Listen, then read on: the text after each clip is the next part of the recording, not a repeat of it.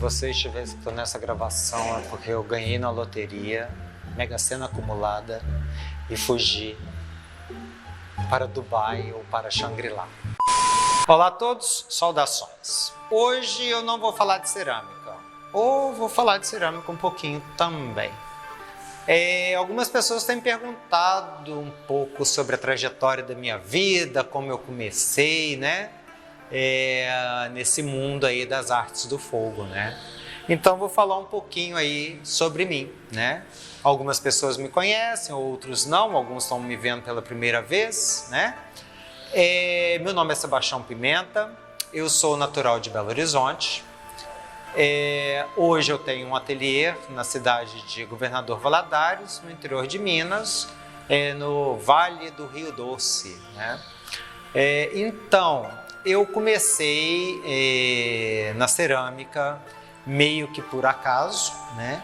A minha formação acadêmica foi na comunicação visual, que hoje o curso mais próximo é o design gráfico, em uma universidade que também não existe mais, né? Que é a FUMA, que hoje foi encampada, né? Ela faz parte hoje da UENG, então a atual UENG. Então a gente brinca muitas vezes, né, que eu formei em um curso que não existe, numa universidade que não existe mais. Mas naquela época, né, da comunicação visual, a gente trabalhava com vários materiais, tinha ateliês, tinha aula de ateliê de madeira, de metal, a gente trabalhava com cerâmica também, né? Era aula prática e teórica, porque a gente não tinha computação gráfica, não existia computador, né? Na época minha de formação, né? Então hoje muita gente confunde design gráfico com computação gráfica, né? Mas eu sempre fui muito da mão, do fazer, do utilizar, do pensar com a mão, né? Entrei na cerâmica, como eu falei, quase que por acaso. Eu sempre tive uma atração muito forte pela pintura, pelas artes orientais, sobretudo a pintura Sumier. Até os meus 16 anos de idade eu não sabia que essa técnica japonesa de pintura chamava Sumier, que é aquela técnica aguada com nanquim, né? Mas muitas pessoas que viam meus desenhos, viam minhas pinturas, quando eu tinha 12 anos, que eu me lembre, né, 11, 12 anos, eu acho que toda criança pinta, né? Então, quando as pessoas viam meus desenhos, minhas pinturas, falavam, olha, parece coisa indiana, olha, parece coisa chinesa, parece coisa japonesa. E eu ficava sem entender, e as pessoas que viam também não entendiam muito, não. Sabia que tinha um viés aí passando pela Ásia, mas também ninguém nunca me explicou nada. E um dia eu passando numa livraria, né, uma livraria muito famosa em Belo Horizonte, acho que era a única que vendia livros importados na época, né? A livraria Van Damme me ajudou muito, essa livraria. Eu vi um livro de pintura chinesa, Zen Painting, pintura zen budista, pintura chinesa e japonesa, né? Eu achei aquilo interessante, curioso e fui ver. Quando eu abri o livro eu tive um choque, porque era mais ou menos o que eu fazia, claro que, né, muito além, né? E aí eu vi o caminho, aí eu fiz a ponte, fiz a ligação. Olha, então, por isso que o pessoal falava que minhas pinturas pareciam coisa oriental. Então é o Sumier. E eu comecei então, isso foi muito marcante, foi aos 16 anos de idade, eu comprei o meu primeiro livro em inglês falando sobre pintura tradicional chinesa, né, no papel e na seda. E eu devorei aquele livro com um dicionário do lado, porque eu não tinha domínio do inglês, e foi um aprendizado fantástico. E aí eu comecei a pesquisar mais sobre o Sumier, né, e sobre as pinturas tradicionais orientais. 18 anos, entrei na faculdade, no curso de design, né, na época comunicação visual, que hoje é o design, e sempre indo por este caminho aí da pintura e do lado oriental. Eu acredito que todos os meus trabalhos, se não 90% ou mais, dos meus trabalhos acadêmicos tinham alguma ligação com o Oriente. Se a gente tinha que fazer uma embalagem, a minha embalagem era para algum restaurante japonês. Se tinha que criar um produto, um cartaz, alguma coisa, eu ia para essa linha aí. Isso eu fiquei bem conhecido na faculdade também por causa disso.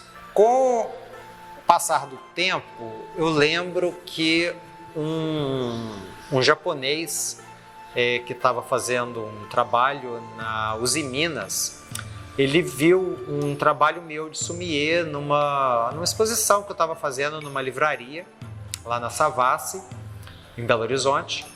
E era uma feira de rua, assim, e eu estava pintando, né, na rua, fazendo sommelier. E ele bateu o olho, ficou impressionado com aquilo e a gente acabou conversando e tal. E ele falou que o meu trabalho lembrava muito o trabalho do pai dele. Um dia, eu jantando na casa, era um casal, né?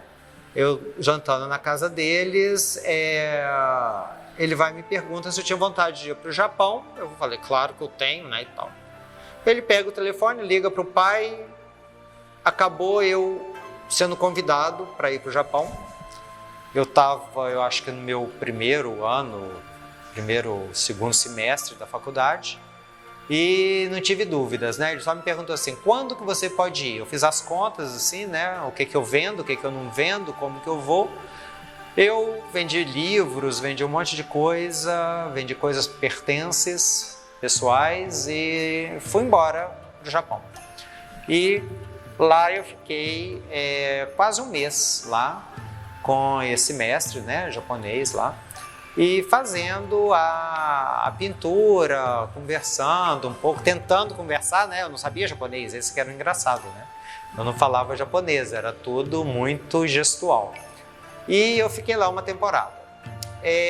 Voltei ao Brasil, mais do que nunca, mais interessado. E eu lembro que quando eu voltei desempregado, sem local de morar, sem o que fazer. Foi uma loucura e comecei a passar um certo aperto, né? Até que um colega virou e falou que eu deveria, por que eu não daria aula, né? Da técnica do sommelier. Foi aí eu procurei a Escola Guinhar. Na época, Guinhar funcionava ainda debaixo do Palácio das Artes.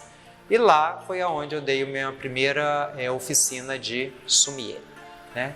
Então foi aí que eu comecei então aí entrar no mundo do sommelier como um profissional, entre aspas, né? Foi na Guinhar com curso de extensão. Bom, então meu primeiro experiência didática, né, vamos colocar assim, como professor, foi num curso de extensão da Guinhar. Da Guinhar foi numa escola particular de artes, depois no próprio centro de extensão da UENG, na época a FUMA, da UENG, depois na Belas Artes, e aí para frente eu comecei então a ministrar várias oficinas e cursos de sommelier, sempre no papel e na seda, né? Nunca fui muito além disso, não. Não pensava em trabalhar com a cerâmica. Na faculdade a gente teve o curso de modelagem, então teve uma disciplina que a gente usava a cerâmica. Eu não gostava da disciplina, não gostava de estar trabalhando com a cerâmica e foi uma experiência meio que traumatizante. Formei como, né, comunicador visual nos anos 80 ainda, né? E comecei a dar aulas, né, em colégios e também na própria faculdade, onde eu estudei, através de centro de extensão, né, eu dava algumas oficinas, algumas aulas. Eu tive a oportunidade de ir para o Japão como professor em treinamento, né? E eu fiquei 3 anos na cidade de Sendai, ao norte do Japão, né? Na província de Miyagi. Eu estudei na Universidade de Educação de Miyagi o sistema de ensino de artes japonês. E lá é que eu acho que foi onde houve o marco, houve o divisor de águas, foi nessa universidade, porque eu teria que dar aulas e assistir algumas aulas. E Dentre as aulas que eu teria que assistir, estava a aula de escultura. Quando eu chego na aula de escultura, no ateliê de escultura, foi uma decepção muito grande, porque eram esculturas ocidentais, eram réplicas das esculturas gregas, né? Era escultura clássica, italiana. O professor, a formação dele era toda da Itália, era um japonês, mas toda a formação dele era italiana. Ele estudou esculturas em mármore na Itália. E aí eu me recusei terminantemente em fazer aquilo. E aí minha professora, orientadora, ela falou, então tá, tem um ateliê de cerâmica lá no fundo da faculdade, era longe pra caramba. E eu fui para lá para poder ver o que era o ateliê de cerâmica. Quando eu entro no ateliê, estava o professor, né? Professor Asano Sensei. Ele estava sentado numa mesa pintando umas libélulas com o que eu achava ser o sumiê, né? Numa cerâmica. Na hora que eu bati o olho, falei, é isso que eu estou procurando, é isso que eu quero. Aí eu pedi a ele se eu podia entrar nas aulas dele, ele me aceitou como aluno, e aí eu comecei então a frequentar o ateliê. No primeiro dia, eu falei com ele que eu queria aprender a técnica de pintura e tal, ele virou para mim e falou, tudo bem, o torno está ali, o barro está ali, senta e vai fazer sua peça, porque enquanto você não fizer a peça, eu não te ensino a pintar. E foi assim que eu comecei no cerâmica. Então eu fui assim, quase que obrigado a aprender a modelar no torno para poder aprender a pintar o que eu vinha saber depois, chamava Itsuke, que é a pintura tradicional, né, ou a pintura sobre cerâmica.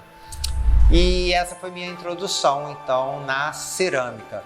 Foi na Universidade de Miyagi, né? Miyagi Universidade de Educação, na cidade de Sendai. E lá perto também tem alguns polos de cerâmica, né? A própria cidade de Fukushima tem ceramistas, tem um tipo de cerâmica bem característica. Na cidade de Soma, na cidade de Namie, né? Tem uma cerâmica, uns seladons bem diferentes, com pinturas de cavalos, e foi por aí que eu comecei então a fazer pesquisas por conta própria sobre as técnicas de decoração tradicionais na cerâmica. Isso foi então entre os anos aí de 80 e... Não vou falar a data não, eu não lembro a data. 91? Foi 91? 91? Nossa, é muito tempo, eu não lembro a data certa não. Daqui a pouco a gente coloca aqui em cima, vocês vão ver a data, tá? É essa data aqui, ó, tá? Que eu estudei aí na Universidade de Miyagi. E aí eu voltei para o Brasil algum tempo depois. Quando eu voltei ao Brasil, eu quis montar um ateliê de cerâmica. Mas por onde começar, o que eu ia fazer, qual ateliê? Eu estava em Belo Horizonte. E o mais curioso, eu não sabia os nomes, os termos técnicas em português, porque eu aprendi em japonês e eu não sabia nem quem procurar no Brasil, alguém que pudesse me dar uma luz. E em Belo Horizonte, na época, eram pouquíssimas pessoas que trabalhavam com alta temperatura. Então, eu fui, me indicaram o ateliê de Sônia Toledo, né? E eu passei, então, a frequentar o ateliê da Sônia e para aprender um pouco da alta temperatura, né? Para saber como era a alta temperatura, que tipo de forno ela usava e tal. E aí, então, ela vai e descobre, né? Então, a gente comentando um dia que eu fazia o sumiê. Aí eu passei, então, a ministrar algumas oficinas, né? A gente fazia até algumas trocas, né? De aulas por aulas. Então, eu dava alguns cursos e workshops no ateliê dela, em troca, né? Dela me passar aí um pouco do conhecimento dela, né? Da parte, né? que eu necessitava, que era como e até onde comprar matéria-prima e como começar aí nesse universo da cerâmica brasileira, né? Vamos dizer assim, né? Então, foi assim que eu comecei a entrar no mundo da cerâmica aqui no Brasil. Bom, entre idas e vindas minha, Brasil e Japão, em 98 eu retornei de vez, por enquanto, para o Brasil, e eu comecei então a dar aula. Teve um concurso lá na UENG, né, para professores, e eu comecei a dar aula então, lá na UENG, e professor de design, e também na educação artística, né, formação de professores, né, surgiu uma oportunidade também de eu vir aqui para Valadares, né, que Valadares em 2001 estava abrindo uma universidade, né, um curso de design gráfico na universidade aqui, né, e aí teve uma seleção, eu quis vir para cá para poder fugir daquele caos, né, de Belo Horizonte, movimento de trânsito, aquela loucura que a gente gastava em trânsito, e eu acabei vindo parar em Governador Valadares, onde eu montei o meu ateliê, né? Então eu montei o ateliê em 2001 aqui na cidade, e nós já estamos, né, em 2021, ou seja, tem mais de 20 anos que eu estou aqui com o nosso ateliê, o Ateliê Sebastião Pimenta, na cidade de Governador Valadares. Porém, nesse meio tempo aconteceu muita coisa, porque em 2007 eu tive a oportunidade de fazer uma residência artística na China, na província de Jiangxi, na cidade de Jindenzhen. E lá eu tive contato pela primeira vez com a porcelana. E para mim foi assim, um choque cultural, como diz uma amiga, né? Foi uma porretada, foi um murro cultural, né? Não foi um choque, com a cerâmica contemporânea, com a porcelana contemporânea chinesa, né? Gosto muito da coisa tradicional, e lá de repente a gente vê coisas assim belíssimas, com um design fantástico sendo desenvolvido lá. E isso me encantou muito, isso foi em 2007. 2008 eu levei um grupo de 11 ceramistas mineiros, uma pessoa, Samara, era de Brasília. Eu levei essas pessoas como artistas em residência, ficaram um mês. Eu fiquei mais 2 meses, então eu fiquei 3 meses. E isso se repetiu de novo, e de novo, e de novo, e de novo. Então eu fui para a China em 2007, 2008, 9, 10, 11, 12. Levando grupo de brasileiro, levando grupos de australiano. E em 2011 eu fui convidado pelo próprio Instituto Sambal, pela Wendy Lee, que é irmã do ceramista Jackson Lee. A Wendy me contratou como diretor de estúdio, então eu assumi, né, a direção da residência artística do ano de 2011 lá no Sambal Ceramic Art Institute, e passaram pelas minhas mãos lá, né, pela minha supervisão, ceramistas assim, mais de 20 países diferentes, né? Foi uma experiência ímpar, né? E isso foi até 2011, eu trabalhei lá. 2012 eu voltei novamente com um grupo de brasileiros e australianos. Eu fiz muito contato com ceramistas australianos, a gente se deu muito bem. E em 2012 eu levei o grupo australiano. Quando foi em 2013, e eu com o meu ateliê aqui no Brasil, então eu ia, voltava e ainda dava aula na universidade. Eu fazia um jogo de malabarismo com outros professores para cobrirem meus horários, conversava, negociava com a coordenação e com a direção do curso, né? E até que em 2011 eu pedi licença da universidade, né? Claro, para ficar um ano fora. Em 2013 eu recebo um telefonema de um ceramista chamado Shin Koyama. Ele é um ceramista japonês, naturalizado australiano. Olha aí a Austrália de novo. E ele estava me ligando de Arita, no Japão, falando que estava em um local que eles estavam querendo montar uma residência artística e que se eu gostaria de contribuir com o meu conhecimento, com o que fosse possível, na criação, né, e coordenação dessa residência artística. Na hora eu topei, pedi demissão da universidade e fui embora para o Japão, né? Em 2013 eu fiquei 3 meses lá para poder fazer uma avaliação de como era a cidade, do que a cidade oferecia, se era possível ou não fazer uma residência artística, como era essa fábrica, esse local da residência artística. E voltei e eu fiquei entre 2013 e 2014, até final de 2014, trabalhando remotamente com eles, né? Já fazendo divulgação e até recebendo já residentes. Nós recebemos 3 residentes, mesmo quando eu não estava lá. E em 2015, final de 2014, início de 2015, eu voltei novamente para Arita, no Japão.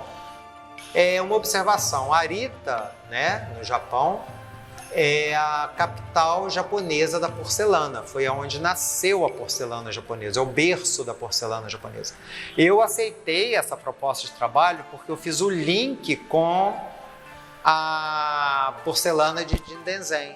Então era um meio, era um caminho de eu estar unindo as duas culturas e fazendo a linha do tempo mesmo, a transição de um estilo ou de uma técnica para outra técnica. Lembrando desde o início que eu sempre fui, né, apaixonado aí pela pintura japonesa, né, antes mesmo da chinesa. Montamos o Ateliê Residência em 2014 e era para eu ficar um ano lá, como um ano e meio no máximo, como coordenador, né, do projeto, coordenador da residência artística e diretor de estúdio. Acabou eu ficando 6 anos. Então eu retornei ao Brasil no final, né, de 2020. Final de 2020 eu retornei para o Brasil, voltei para o meu ateliê com 1000 ideias e tentando implantar aí o que a gente viu nos 2 países, China e Japão. Nesse meio tempo eu fiz muita amizade com o pessoal da Coreia também. Cheguei aí na Indonésia, onde eu fiz uns contatos também bem bacana. Cheguei a dar oficinas na Indonésia. E foi bem bacana a experiência fora do Brasil. E agora a gente está com esse ateliê aqui, né, na cidade de Governador Valadares. Nós oferecemos cursos aqui. O ateliê ele é um ateliê aberto, né? Nós temos cursos, tem de torno, trabalho com placas, extrusora, todas as técnicas, né? Ou quase todas as técnicas de modelagem. Trabalhamos com a porcelana em barbutina, porcelana massa, argila branca, vermelha, queima gás, queima elétrico, queimas de raku, né? Então é um leque muito grande aqui no ateliê. E as pessoas, né, assim, o ceramista, os amigos ceramistas, tanto brasileiros como fora do Brasil, quando fala o meu nome, ou quando fala Ateliê Sebastião Pimenta, que tipo de cerâmica faz, né? Porque eu acredito que cada ateliê acaba tendo a sua assinatura, tem aquela peça, aquele estilo que a pessoa bate o olho e já identifica aquilo. Então, o meu ateliê, ele sempre teve essa pegada oriental. As minhas formas são mais clássicas, puxado para o lado japonês, mais simples, né? E com a decoração, com a pintura tradicional japonesa, ou com o uso dos esmaltes clássicos orientais, né? E também, né, um outro que cai para um outro viés, uma outra área que não é totalmente oriental, né? que é a macrocristalização. Mas isso daí é uma outra história, né? Mas o Sumier e o Uetsuke, eles sempre estiveram presentes aqui no ateliê. É quase que a marca, é a cara do ateliê, né? E isso é uma coisa que eu gosto, eu adoro fazer bambu, né? Então eu gosto muito de estar pegando o pincel e de fazer, e na hora que eu começo a fazer não para, né? Bom, é isso, eu espero que vocês tenham gostado, né? Isso é uma pequena palhinha aí sobre quem é o Pimenta e o que é o Ateliê Pimenta. E eu nem falei da Mongólia, lembrando que eu ainda fiquei mais um ano na Mongólia, né? Eu fui o primeiro brasileiro a residir na Mongólia. E isso foi no ano de 94, isso eu lembro, esse ano eu lembro. Que eu fiquei de agosto de 94, 20 de agosto de 94 a 20 de agosto de 95. Primeiro brasileiro a residir na Mongólia, quando o Brasil ainda não tinha ligação diplomática com a Mongólia. Eu fui para lá para poder aprender a pintura tradicional mongol-tibetana, porque eu queria aprender uns traços, um tipo de linha bem específico aí. E é isso que eu faço. Esse é o Pimenta, esse é o Ateliê Pimenta. Estão todos convidados a visitar o ateliê fisicamente, a seguir a gente nas redes sociais, né, no nosso canal. Vamos estar oferecendo cursos online aí, fica de olho, segue a gente, tá bom? E é isso aí, até mais, tchau, tchau.